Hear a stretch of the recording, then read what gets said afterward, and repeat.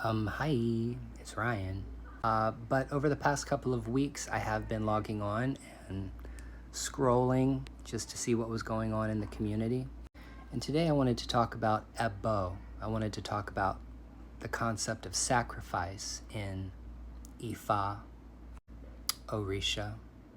I see a lot of confusion that people have around the concept of sacrifice. If you were raised Christian, you know that Yahweh, or the God of the Israelites, demanded sacrifices. And so sacrifices were made in the Bible to cover sins. So if you did something wrong, you would go to the temple and you would make sacrifice in order to right that wrong. That is not Ifa. That is not how sacrifice is looked at in West African indigenous practices. See, what the ancestors understood was that sacrifice is an exchange of energy. So sometimes we have to make a sacrifice in order to get what it is that we want. Sometimes we have to make a sacrifice in order to avoid circumstances that we don't want. It's a way of moving energy. So sacrifice, or Ebo in Ifa, is about the movement of energy. It's about the movement of Ashe, life force energy. Not around the concept of rewards and punishments, okay? That's a European and indeed Christian and indeed Muslim and Jewish thing. And I think a lot of people that come to African religion from a Judeo-Christian or indeed Muslim worldview don't quite understand that concept. And so there's a lot of misinformation about it. However, I do want to remind you that Ebo and sacrifice is more than just blood. It's more than just animals. It is also your time, your energy, and your attention. Not your intention, your attention. So you're not just feeding your shrines when you take your items or whatever consecrated items you have to a priest to have an animal slaughtered. You're also feeding your altar with your prayer, with your song if you sing, with your dance if you dance, with your breath, by holding your orishas in your hands, by pouring liquor on them, putting out a cup of coffee, making them their favorite meal. Because the Orisha are your Orisha, they're your spirits. Those items that are consecrated and made for you within the tradition, they represent spirits that walk with you. They're your family. So in the Ifa tradition, Orisha, Vodun, Voodoo, or Palo, the spirits that are made are part of our family. They become part of your life.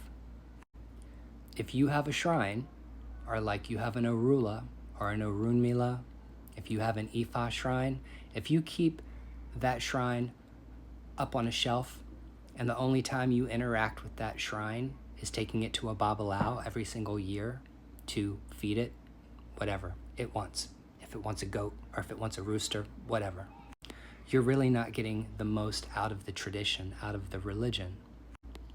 And if you're poor, like me, and you don't have money to be able to sacrifice animals all the time, you give them what you have. Gin, honey, salt, red palm oil. But you don't shy away from interacting with your spirits just because you don't perform divination with them. You don't shy away from working with your spirits just because you are not feeding them animals.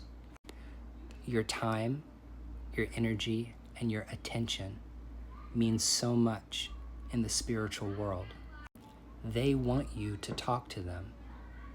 They want you to communicate your feelings with them. They want to be there to guide you. So pray, meditate, play sacred music, dance, study, learn more about them. Give them cold water, give them some gin. But don't just let them sit on a shelf. Don't be afraid of your spirits either. You don't have to be afraid of the Orisha. They're not demons. They're not angels. When you come to this spirituality, you have to completely erase all of that dogma that you were raised in. If you were raised in a Judeo-Christian household or environment or in a religion or a church. So I guess the point of my video is, don't think that sacrifice only means animals or sacrifice only means blood. It means a lot more than that. What matters the most is iwa pele, good character. How you treat other people. Are you kind? Are you compassionate? Are you empathetic? Are you helpful? Are you forgiving? Are you altruistic? Are you loving? What you say matters. Your words matter. Your thoughts and your words and what you type in your phone, on TikTok, your comments matter. So pay attention to how you act. Pay attention to how you move. Pay attention to the kind of energy that you're allowing in your life. If you're always watching negative videos, you're going to be negative. If you're always interacting with people that are negative, you're going to be negative. If you're watching movies and listening to music that's negative, you're going to be affected by that negativity because it's all energy. So if you're out here living your best life and you're happy and you're feeling good and you know that you're in alignment with your ancestors and you're in alignment with your spirits, then that means you're doing the right thing.